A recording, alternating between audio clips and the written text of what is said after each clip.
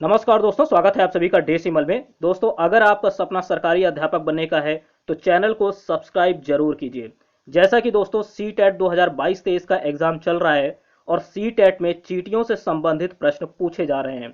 चींटियों से, मधुमक्खी से, बाघ, हाथी, चील, गिद्ध, इन सभी से संबंधित प्रश्न पूछे जा रहे हैं सी टेट 2022 में ईवीएस के सेक्शन में। तो इंपॉर्टेंट टॉपिक है चींटियां, ठीक है। इसके अतिरिक्त, ठीक है, अन्य सभी जितने भी हैं मधुमक्खी, चील, हाथी, गिद्ध और बाघ, इनसे संबंधित जो वीडियो है उसका लिंक आपको डिस्क्रिप्शन में दे दूंगा। आज की वीडियो में हम लोग चींटियों से संबंधित जितने भी महत्वपूर्ण फैक्ट हैं वो सभी कुछ इस वीडियो में डिस्कस करेंगे, ठीक है। अगर आपका सपना सरकारी अध्यापक बनने का है तो चैनल को सब्सक्राइब जरूर कीजिए, ठीक है। तो चलिए शुरू करते हैं आज का यह इंपॉर्टेंट वीडियो। चींटियों से संबंधित जितने भी फैक्ट होंगे इसी एकमात्र वीडियो में मात्र 10 से 12 मिनट में हम लोग कवर कर लेंगे। मात्र 10 से 12 मिनट में, पहले ही बोल रहा हूं, तो वीडियो आप लोग जरूर पूरा देखिएगा। मात्र 10 से 12 मिनट में आप सभी इंपॉर्टेंट फैक्ट्स चींटियों से कवर कर सकते हैं, ठीक है। तो नोट कीजिएगा यहां पर कि चींटियां जो होती हैं ये किस समूह से संबंधित हैं, ठीक है। चींटियों की आंखें कितनी होती हैं, ठीक है। चींटियों के पेड़ कितने होते हैं और इनके प्रकार हम लोग देखेंगे। इनसे संबंधित जितने भी महत्वपूर्ण फैक्ट हैं वो सभी कुछ इस वीडियो में देखेंगे। तो सबसे पहले देखिएगा यहां पर ये किस समूह से संबंधित है। उस समूह का नाम है हाइमेनोप्टेरा। क्या है? हाइमेनोप्टेरा है। इस समूह से संबंधित है चींटियां। तो अगर प्रश्न पूछे सी टेट में कि चींटियों का जो समूह है वो किससे संबंधित होता है, चींटियां किस समूह से संबंधित हैं, तो याद रखिएगा यहां पर हाइमेनोप्टेरा, ठीक। स्पेलिंग पर विशेष ध्यान दीजिएगा। अगर हिंदी में आगे पीछे हो सकता है लेकिन स्पेलिंग अगर आप याद रखते हैं तो ज्यादा बेटर होगा, ठीक। इसके आगे देखिएगा कि इस समूह में ततैया और मधुमक्खियां भी आती हैं। अगर आपसे कहा जाए कि हाइमेनोप्टेरा में कौन कौन से आते हैं और ऑप्शन में ततैया मधुमक्खी भी दे दे तो राइट आंसर आप इसे सेलेक्ट करेंगे। ततैया और मधुमक्खियां भी इसी समूह के अंतर्गत आती हैं, ठीक। आगे बढ़ेंगे तो चींटियों के अध्ययन को क्या कहा जाता है? चींटियों के अध्ययन को कहा जाता है मर्मिकोलॉजी। क्या कहा जाता है? मर्मिकोलॉजी, ठीक। याद रखिएगा। और इनका जो वैज्ञानिक नाम है वो क्या है? तो वो है फॉर्मिसीडे। क्या है? फॉर्मिसीडे। याद रखिएगा इसका वैज्ञानिक नाम है। चींटियों का वैज्ञानिक नाम फॉर्मिसीडे है और चींटियों के अध्ययन को मर्मिकोलॉजी कहते हैं। क्या कहते हैं? मर्मिकोलॉजी, ठीक। इंपॉर्टेंट है, याद रखिएगा। यहां पर जो स्पेलिंग है उसे विशेष तौर पर आप लोग नोट कर लीजिएगा अपने नोट्स में। और इसका समूह हाइमेनोप्टेरा। आगे बढ़ेंगे इसी से संबंधित कि चींटियों का जो जीवन चक्र होता है वो कितने चरणों से होकर गुजरता है। तो याद रखिएगा चींटियों का जो जीवन चक्र है वो 4 चरण से होकर गुजरता है। कितने चरण? 4 चरण। अब वो कौन कौन से हैं तो नोट कीजिए, यहां पर चारों चरण लिखे हैं। सभी इंपॉर्टेंट फैक्ट हम लोग मात्र 10 से 12 मिनट में कवर करेंगे। वीडियो आप लोग पूरा जरूर देखिएगा, ठीक है, क्योंकि सी टेट में इससे संबंधित प्रश्न पूछे जा रहे हैं, ठीक है। चींटियों से, हाथी से, मधुमक्खी से, बाघ से, चील, गिद्ध, जितने भी है, और सभी का लिंक मैं डिस्क्रिप्शन में दे दूंगा। बस ये एक टॉपिक चींटियां बचा था, उससे संबंधित आज हम लोग फैक्ट देख रहे हैं। तो देखिएगा 4 चरणों से होकर गुजरते हैं। कौन कौन सा है? तो पहला है, नोट कीजिए, अंडा। दूसरा क्या है? लार्वा। तीसरा है प्यूपा और चौथा है वयस्क, ठीक है। ये चारों जो है चरण यहां से होकर के चींटियों का जीवन चक्र गुजरता है। अंडा, लार्वा, प्यूपा और वयस्क। आगे बढ़ेंगे। अगला है कि चींटियों की जो कॉलोनी होती है इसमें 3 प्रकार की चींटियां होती हैं। कितने प्रकार की चींटियां? 3 प्रकार की होती हैं। अब वो कौन कौन सी हैं तो नोट कीजिएगा भैया, यहां पर नाम लिखा है सबका। रानी चींटी, मादा श्रमिक और नर चींटियां। कौन कौन सी होती है? रानी चींटी होती है, मादा होती है, मादा श्रमिक, और तीसरी है नर चींटियां, ठीक। इंपॉर्टेंट है। तो यहां पर इन सबका जो जीवन काल होता है उसे भी हम लोग डिस्कस करेंगे आगे।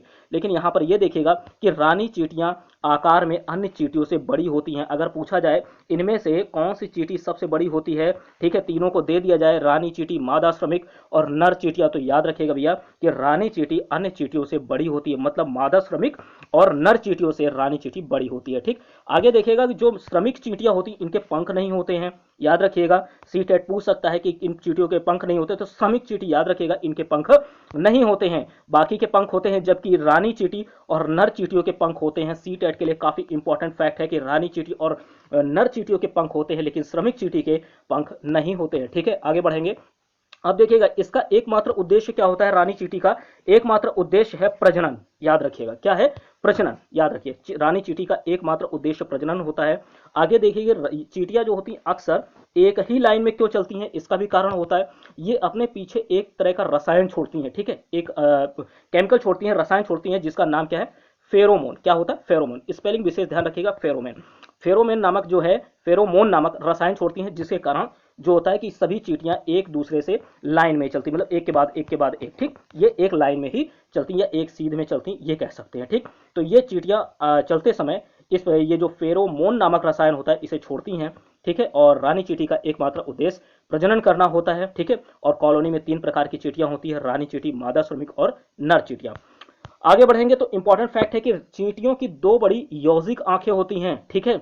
और याद रखिएगा ये सिर्फ 1 से 2 फीट तक ही देखने योग्य होती हैं, ठीक है, इंपॉर्टेंट है। आगे देखेंगे चींटियां अपने सिर पर बने 2 एंटीना के माध्यम से वस्तुओं को समझती हैं व उनका पता लगाती हैं। इनके सिर पर 2 एंटीना होते हैं, याद रखिएगा इनके सिर पर 2 एंटीना होते हैं और उन्हीं के माध्यम से वो वस्तुओं को समझती हैं, उनका पता लगाती हैं, ठीक है। आगे बढ़ेंगे तो देखेंगे चींटियों का जो खून होता है, देखिए कुछ लोग कहेंगे चींटियों का जो खून होता है वो नीला होता है, जी नहीं, यहाँ पर याद रखिएगा चींटियों का खून रंगहीन होता है। कैसा होता है? रंगहीन होता है। और चींटियां काफी चतुर मानी जाती हैं, नोट करने वाला पॉइंट है, चींटियां काफी चतुर मानी जाती हैं, काफी चतुर कीट हैं। इनमें याद रखिए कि 2.5 लाख कितनी, 2,50,000 मस्तिष्क कोशिकाएं होती हैं, है ना, ठीक है। इंपॉर्टेंट फैक्ट कि चींटियों में पूछा जाए, सीटेट पूछ सकता है कि कितनी मस्तिष्क कोशिकाएं होती हैं, तो याद रखिएगा लगभग में 2.5 लाख, 2.5 लाख या 2,50,000, इस तरीके से याद रखिए, ठीक है। आगे देखेंगे कि अगर पृथ्वी पर वर्तमान में देखा जाए कितनी चींटियां मौजूद हैं, तो भैया इतनी कितनी, 10 क्वाड्रिलियन, कितनी क्वाड्रिलियन, 10 क्वाड्रिलियन चींटियां मौजूद हैं। और अगर इंसानों का द्रव्यमान, ध्यान से सुनिएगा, पूरी पृथ्वी पर इंसानों का द्रव्यमान नापा जाए और साथ ही चींटियों का जो द्रव्यमान है उसे मापा जाए, तो दोनों का द्रव्यमान भैया बराबर आएगा। याद रखिएगा, इंपॉर्टेंट फैक्ट है, पूरी पृथ्वी पर अगर इंसानों का द्रव्यमान मापा जाए और चींटियों का द्रव्यमान मापा जाए, तो दोनों का, इंसानों का और चींटियों का द्रव्यमान बराबर आएगा। इंपॉर्टेंट फैक्ट है। आगे देखेंगे चींटियों के 2 पेट होते हैं, याद रखिएगा 2 पेट होते हैं। इसका मतलब ये नहीं कि ये जो है खाने के लिए ही यूज करती हैं, ये अपने लिए तो यूज करती हैं। एक में स्वयं के लिए भोजन और दूसरे में दूसरे चींटियों के लिए भोजन एकत्रित करती हैं। ये इतनी हेल्पफुल होती है, ठीक है। ये दूसरे की मदद भी बहुत करती हैं, मतलब एक में स्वयं के लिए भोजन रखती हैं और दूसरे में दूसरी चींटी के लिए भोजन एकत्रित करती हैं। देखिए कितनी मदद करती हैं एक दूसरे की। आगे देखेंगे चींटियों में फेफड़े नहीं पाए जाते हैं, बल्कि छोटे छोटे, नोट कीजिएगा, छोटे छोटे छिद्र होते हैं। इन्हीं के द्वारा ऑक्सीजन प्रवेश करती है और कार्बन डाइऑक्साइड बाहर भी निकलती है। तो याद रखेगा फेफड़े नहीं होते हैं। सीटेट अगर पूछता है कि फेफड़े होते हैं कि नहीं होते हैं, तो बताइएगा फेफड़े नहीं होते हैं, बल्कि छोटे छोटे छिद्रों के द्वारा ऑक्सीजन प्रवेश करती है और कार्बन डाइऑक्साइड बाहर निकलती है। इंपॉर्टेंट फैक्ट है। आगे देखेंगे, देखिए यहां पर जो औसत उम्र है चींटी, रानी चींटी की, तो याद रखिएगा लगभग 30 वर्ष मानी जाती है। कितने वर्ष? तो इंपॉर्टेंट है, औसतन 30 वर्ष मानी गई है। और श्रमिक चींटियों की 1 से 3 वर्ष तक ही जीवित रहती हैं। जो श्रमिक चींटियां हैं, श्रमिक चींटियां ये 1 से 3 वर्ष तक जीवित रहती हैं, जबकि रानी चींटी की उम्र सबसे ज्यादा होती है। और आपको बताया कि रानी चींटी की उम्र कितनी है? 30 वर्ष। कितनी है? 30 वर्ष, ठीक है। और आपको यह भी याद रखना है कि रानी चींटी अन्य चींटियों से बड़ी होती हैं आकार में, ठीक है, अन्य चींटियों से आकार में बड़ी होती है। आगे देखेंगे कि ये जो मादा चींटी है, ठीक है, ये यहां पर देखिएगा ये संभोग के कुछ समय पश्चात ही तक ही जीवित रहती हैं, ठीक है, याद रखिएगा संभोग के कुछ समय पश्चात तक ही ये जीवित रहती हैं। आगे देखेंगे, अगला है कि चींटियों में अपने शरीर के वजन का 10 से 50 गुना, कितना? 10 से 50 गुना भार उठाने की क्षमता होती है, ठीक है। अपने शरीर के वजन का पूछा जाए कि चींटियां अपने शरीर के वजन का कितने गुना भार उठाने की क्षमता रखती हैं, तो भैया 10 से 50 गुना। कितना? 10 से 50 गुना भार, 10 से 50 गुना। इंपॉर्टेंट फैक्ट है, ठीक। आगे देखेंगे कि चींटियों के कान नहीं होते, चींटियों के कान नहीं होते हैं, बल्कि ये अपने पैरों के भीतर विशेष अंगों के माध्यम से कंपन ध्वनि का पता लगाती हैं, ठीक है। तो याद रखिएगा कान नहीं होते हैं, बल्कि विशेष जो इनके पैर होते हैं, इनके भीतर विशेष अंगों के माध्यम से कंपन ध्वनि का पता लगाती हैं, ठीक है। और अपने शरीर के वजन का 10 से 50 गुना भार उठाने की क्षमता चींटियां रखती हैं, ठीक है, इतनी ताकतवर होती हैं। आगे देखेंगे कि चींटियों की कुछ प्रजातियां ऐसी होती हैं जो पानी के भीतर लगभग 24 घंटे तक जीवित रह सकती हैं।